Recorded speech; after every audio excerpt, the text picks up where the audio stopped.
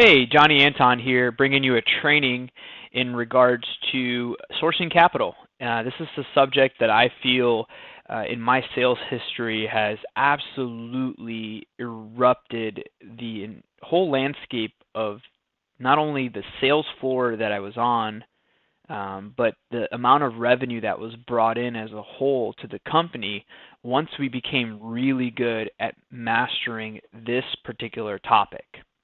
And the reason is because most companies are in the digital products, the selling the mastermind, weekly coaching and training sessions.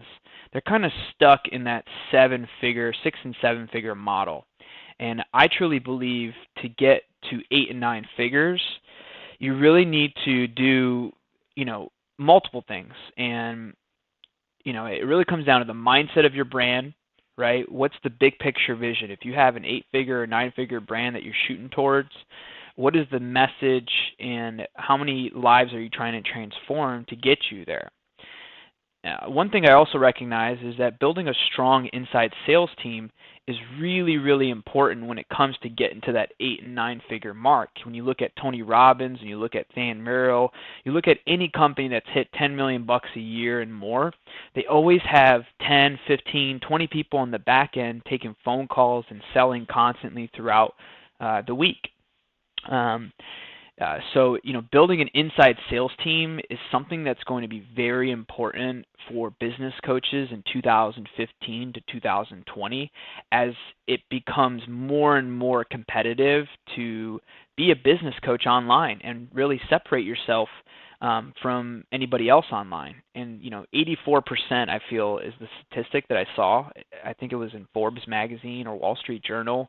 84% of online marketers have digital courses, and it's becoming so important to diversify the way that you build your brand and the different revenue streams that you bring in. And if you have a strong brand that people really can stand behind, it makes it easier and easier to build a strong inside sales team that really, buys into the vision. When you look at 21 Irrefutable Laws of Leadership by John C. Maxwell, I don't know what chapter it was, but there's the law of buy-in. The law of buy-in says that, people can buy into you as a person and the character and the values that you have, and they also can buy into your vision that you have for your company or your life. And, what's interesting is that you can be not the best manager, but if you have a strong vision for your sales floor, you can have a rock star team because people will buy into visions way more than they'll ever buy into people, right? It kind of goes along with that quote, facts tell, stories sell, right? And so moving further on, what I find to get to the 8 and 9 figures dynamic is being able to have a setter and closer relationship, right? Someone opening the sale to someone closing the sale. And the reason why this is really important is because, number one, it helps with prospecting and separating those who are serious to the ones who are just curious. That's the first thing. The second thing it does is it creates more retention because it takes a while to materialize the idea of buying goods and services or being a client of a company.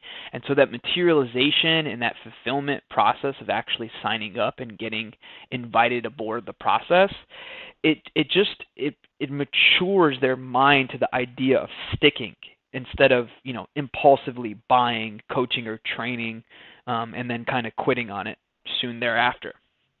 Okay. Another thing I find is that if you have really good core values, you have a really good brand, really good hooks and taglines that people can really resonate with, as long as you keep your message consistent throughout, from the events team to the phone sales to affiliate relationships, all these things are going to contribute to how to get to 8 figures or 9 figures as a business coach and personal development company in this new digital and very competitive age. Okay, so now that we've talked about sourcing and how the idea of sourcing, let's go into what sourcing really is and why it's important. So, the old way of thinking was that events and digital courses are the way to go. And the new way of thinking is high ticket coaching and being able to scale with the inside sales team. Okay, so the old way is I can just make a bunch of courses, sell a bunch of information products, put on some events. Now people are starting to see the benefits of strategy sessions. But a problem that I see entrepreneurs run into is that they don't have a team, an inside sales team, to really filter out all the curious people from the ones who are serious. And so it's really important that if you do have an inside sales team or you do high ticket coaching, is to have systems in place. Okay? Have systems in place for your sales process so that you as the entrepreneur doesn't spend his or her time being the technician, right? It kind of goes to the E-Myth, revisited Michael Gerber philosophy. You also want to make sure that you have really good management in place, right? Really good sales management to lead a team, and to make sure that you have good tracking, good statistics around tracking sales. Okay, make sure that you have the ability to not only have a team and track it and have management, but you're constantly looking at different ways to bring in revenue on the back end, right? Whether it's doing a webinar to an interview process, or whether it's doing an calling all the people who bought information products and trying to sell them coaching. You've got to have different back-ended funnels, just like you have with the front-ended funnels with business coaching, right? You got your webinar funnel, your Facebook ads to your email opt-in, funnel, and you got your high-ticket sales funnel through a webinar.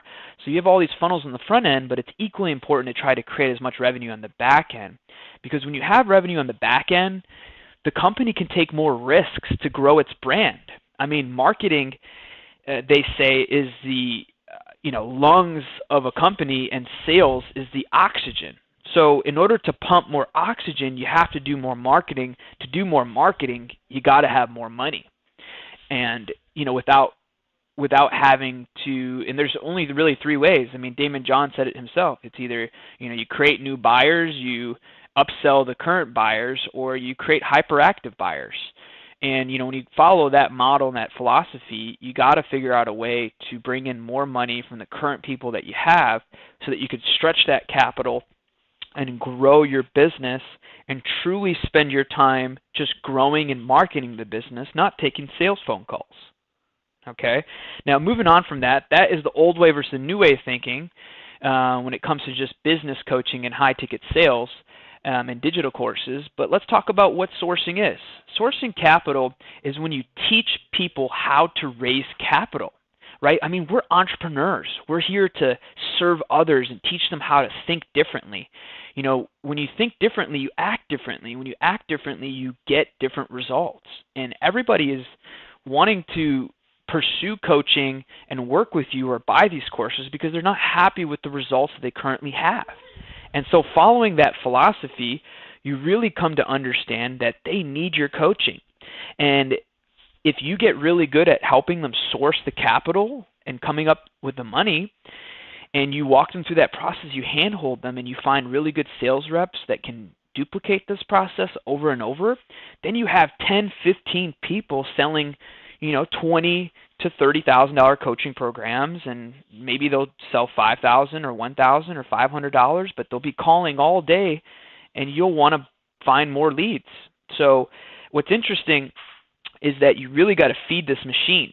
And how you feed it is you keep people in the process, and how you keep people in the process is you have them believe that they can source the capital. I mean, right now, if Warren Buffett said that all you have to do is come up with $50,000, and I'll show you exactly how to get from zero to hero, you're telling me right now that you wouldn't put on a Kickstarter, an Indiegogo, go to every friend and family member, and try to source that $50,000 to be a part of his program. You're telling me you wouldn't do it? Of course you would do it. It's a no-brainer. And it's the same thing that should apply to your own business coaching. When you're selling $20,000, $30,000 programs, you have to believe in your process and your coaching so much that the client is going to run to everybody in their circle and come up with the money, right? And so, with that philosophy, the reason why they don't come up with the money or they say they don't have it is two things, I find. Number one is they don't believe in themselves, and that's how you can go into a goals conversation and spend a lot of time with goals. And that's why sourcing capital doesn't work without setting goals. And we'll talk about that here in a moment. Okay, but more on that, the second reason is that they just don't know how they're going to raise the money or how they're going to afford it. And it's not that they can't afford it, it's just they just aren't educated as to how they will be able to afford it. I mean, a lot of people can pay for the coaching by putting it on a credit card, but if they don't know that getting 0% interest credit cards makes the coaching $500 a month instead of $2,000 a month, then they automatically think that they can't afford it.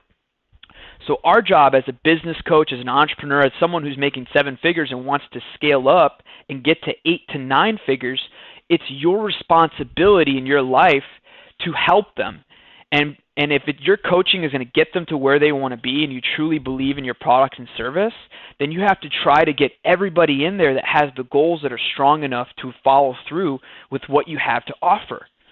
That's why it's really important to learn how to source capital and teach individuals that you're working with over the phone, teach your sales reps to be able to walk people through this process so that they understand how they can actually not only pay for the coaching, but how they can afford the coaching. Okay? Now, another thing I want to talk about is qualification process versus sign-up process. I mean, a lot of people who have a good brand these days, they just say, hey, just sign up and here's the cost. Okay? And what's interesting is that, that's how you kind of get people to come when they really want to work with you. And that's okay if you have a really strong brand like Nick does. But at the same time, you're not going to convert as many people as you would like to unless you have a process where they're really working to be a part of it, right? In the end of the day, not everybody's going to get results. In fact, 95% of people don't get results in general because they're either not clear on their goals or they feel that they don't have what it takes or they just aren't, cut out for business. I mean, it's hard to say that. You never tell that to a client. You never expose that. You always empower and influence and be positive. But in the end of the day, not everybody's going to succeed with your coaching, and that's just the nature of this business. So if you can accept those rules and take responsibility, I mean, your job is to get them every coaching and every tool that they can get, so that they have very little chance to fail.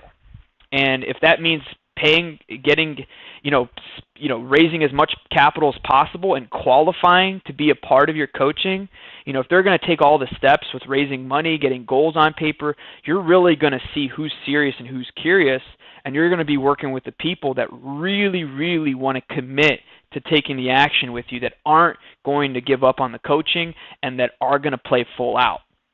Okay, so hopefully so far you're with me. I think that this should wrap up this video because I don't want to make these too long, but that's essentially, the whole mindset around old way of thinking versus the new way of thinking, around high ticket sales, and the whole dynamic of a setter and a closer and building a strong inside sales team as it pertains to marketing on the front end, and growing to 8-9 figures. It's the only way to get there.